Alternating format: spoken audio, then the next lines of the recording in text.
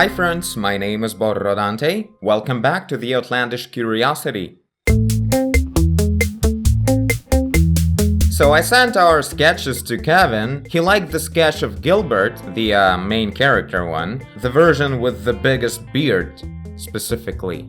So we're going with it later on, but today let's keep sketching. Kevin already prepared a whole bunch of descriptions for different creatures. So about the creekweed beetle, Kevin gathered a whole bunch of different references and he said that this is not exactly what he had in mind. So we'll do a different version of creekweed beetle.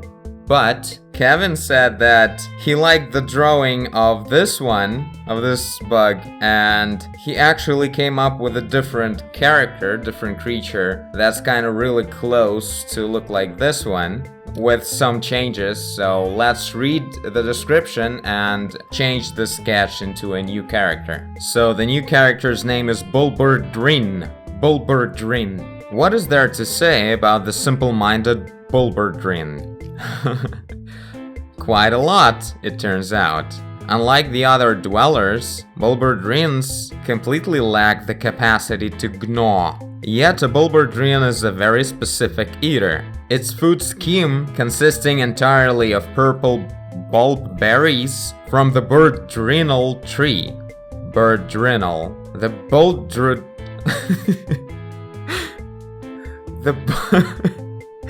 The Bird Rin. Give me a second. That's a whole lot of completely uncertain ways to pronounce things right in a row.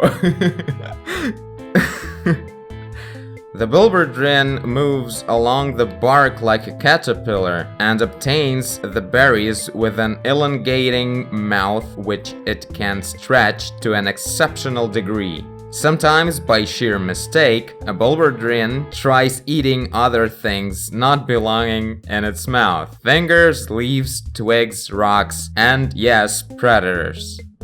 Alright. So there's also a thing, so we remove the claws, the pincers, moves like a caterpillar, so we remove the tiny walking legs. Okay, keep it looking goofy. I think it's not gonna be hard with this kind of body. So it's the caterpillar body, something like that. Then we keep the whole mouth thing, I assume. We should a bit kind of like change the character of the creature here. Lacks the capacity to gnaw. I think we should remove these spiky things in here as well and maybe make them soft. Like this character, it feels like it's all soft and just caterpillarish. Caterpillarish. That's a cool word. So the mouth is elongating, which can stretch to an exceptional degree. So it also has to be not like this, not the exoskeleton kind of sharp thing. Yeah, so let's start and then finish. I'm planning to do like a lot of characters today, so I'll try not to talk too much during the process and just mostly comment in the beginning and in the end, so the episode wouldn't be like 2 hours long in the end. So let's do this.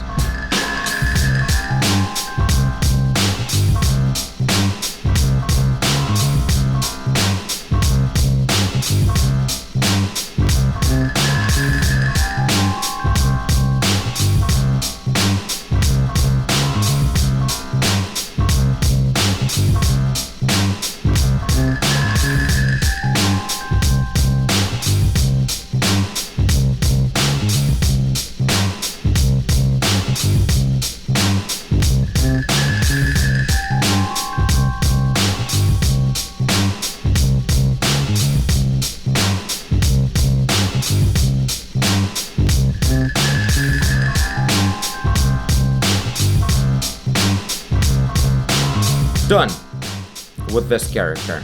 I think so, at least. So here we have a body close to the caterpillar, and the thing is continuing like this. The belly is very transparent, and it has this super stretching mouth here. I added these kind of fingers here just so it would look more interesting. And there inside we can see different berries, little stones and whatever, and a little bug, whoever that is. So I think I hope I got the essence of this new creature right. I feel like Kevin was inspired by this ridiculous blank stare of the creature. So we went with caterpillar, kind of a stretchy, gooey character. So if this works out, I'm pretty much happy with it. Also, I got some weird, cool technique here, like with the line art. I kinda liked it. Hope I'll be able to maintain it furthermore. I got to play a lot with the wrinkles, and that's where it really worked out well. So it's crawling along the bark. Well, this can be a bark. I don't really know. The environment is best done in color, in my case anyway. Kinda like that. The cropping of the bark and everything else depends on how we'll position this on the image. Maybe even like this. I doubt it, but why not? Anyway, let's move on to the next creature. I think let's do the proper version of Beetle. Holy crap, I remembered it. So, the thing with Beetle is that it's supposed to have like this sort of a horn that works like a gutter for the falling berries, which are cut off by the pincers. So it's like rolling down into the mouth that's ready to catch the berry at the bottom of the gutter. And also this nose horn thing is used to attack the predators, or just to look very aggressive and horny, rapey. Well, it's an alpha horn anyway. These are my words, not the kid's words. But yeah, this is how the horn works. So there's no mouth like this. There's like a horn, and then there will be a mouth, which is separate. Soft vulnerable spot. That's an interesting detail. Should there be a brain in there? Probably not. So yeah, on top of this front hard surface, which also should take place. And yeah, also the legs, the claws, the walking ones, they should look like chameleon legs like this. So this is kind of a hybrid of different species, sort of. So let's do this thing. Keeping the grid as a super comfy way to start building up. So let's see, I like the idea that in the front there's a hard shell, and then there's this soft spot in the back. We can play with it a little bit to make it interesting maybe. But the main thing about it is the mouth and the horn and the pincers thing. It should look organic yet very interesting. Let's actually try and make it somewhat close to like a roundy kind of thing, maybe. Not exactly like a long classical type of bug. I don't know, let's search a little bit. In 3 dimensions.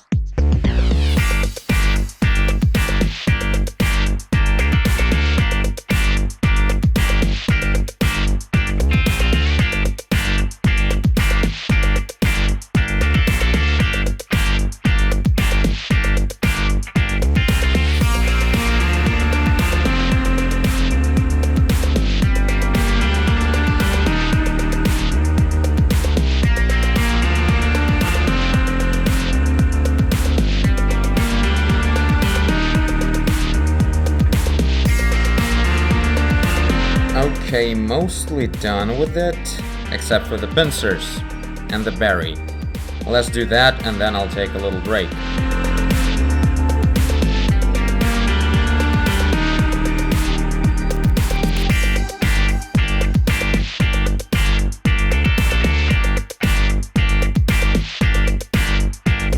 Oh my god, is this it? It turned out so complex. Well, I mean, it does have a complex concept. Okay, they fit together. This one has a bit stronger shadows, but whatever. It's just a line work. I love this face he has. It's like he's controlling something super long, these long pincers, and he goes like super precise and concentrated kind of face, especially with this mouth. Also, he looks like he has this character of sort of nervous and accurate bug who can easily become angry when the attacker appears. He looks like some kind of, like he's a nut with really unusual legs. Oh yeah, I wanted to add like a tiny whisker or whatever you call it for a bug. But usually bugs always should have these to, I don't know, feel the wind, or they're usually there so they could touch the surrounding with it, I guess. But this bug has to know if the wind is too strong, because if the wind is too strong, the berry will fall away from the gutter and he will miss it. So he has to make sure that the wind is not strong before cutting it off. Perfect. Time for a break. Okay, we're back. Hillstrom crab. Hillstrom. Thing about this crab that it looks close to this one. It has a shape close to this one, and the color. It has eyes like this sticking out high, and it's growing grass in the middle of its top shell thing. Because that's how it stays alive, thanks to photosynthesis. So this is a crab that's growing grass on its back. Let's make a drawing of one. So I mirrored the grid, I don't know what for. I'm still gonna be drawing at the same angle.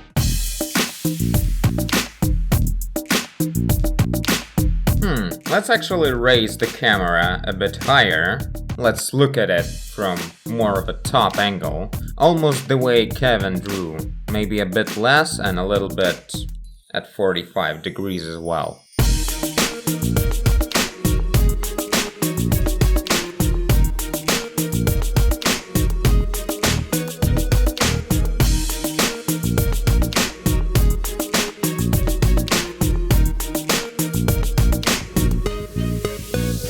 Okay, so this is a basic shape of this crab. Now let's add the interesting parts, starting with defining how the grass will go. Maybe there's a special frame for it, around it, or something like that. And also we'll probably adjust the geometry here and there. And of course I haven't added the rest of the legs, but the time will come, and that time is right now.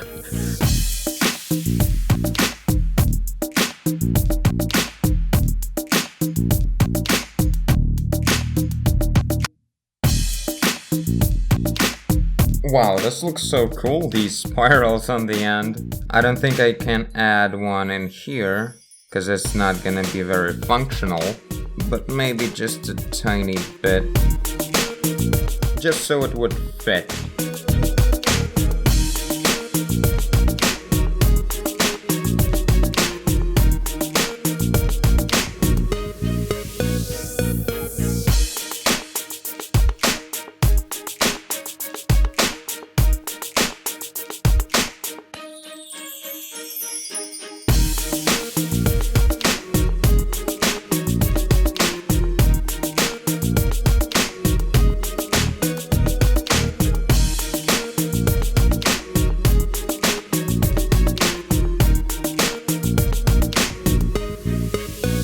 Okay, you turned out to be a bit too big.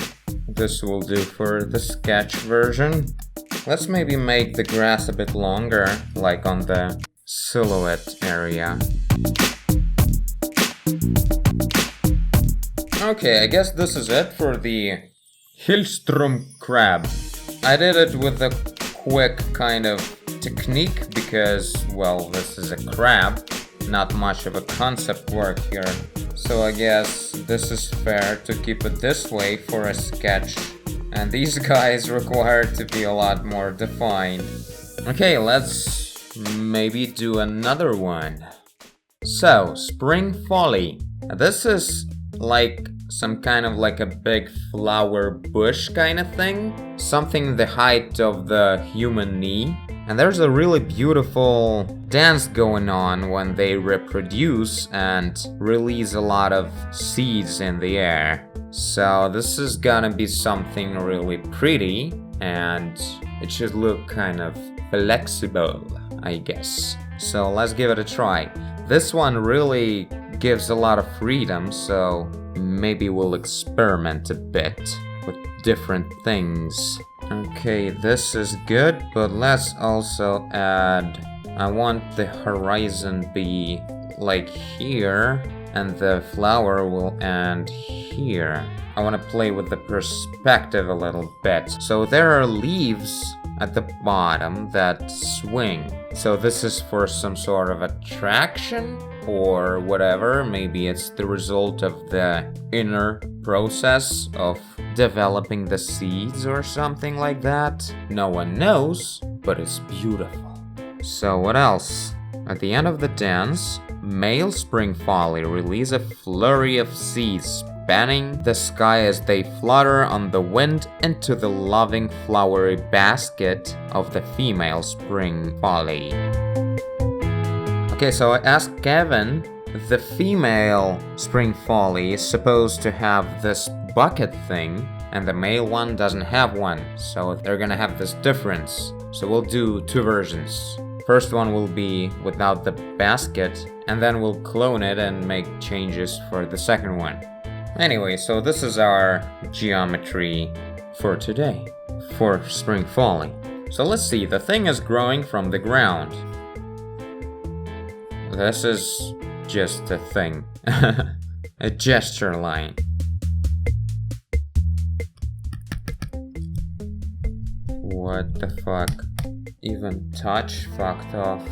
Gosh darn it. I need to work.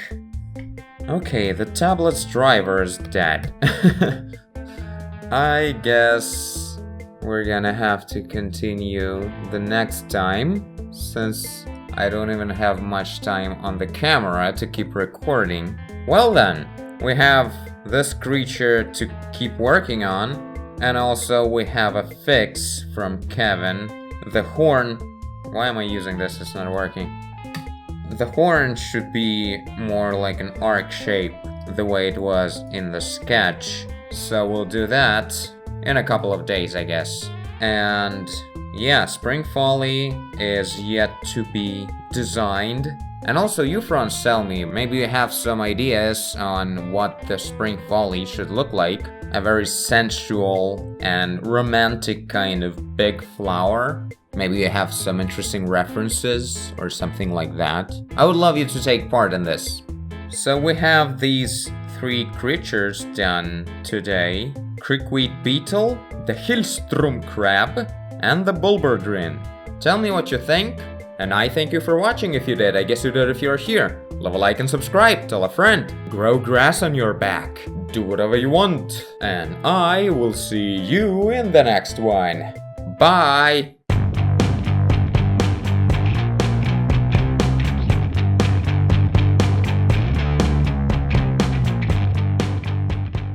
"6 hours 40 minutes recording. I need a bigger memory card.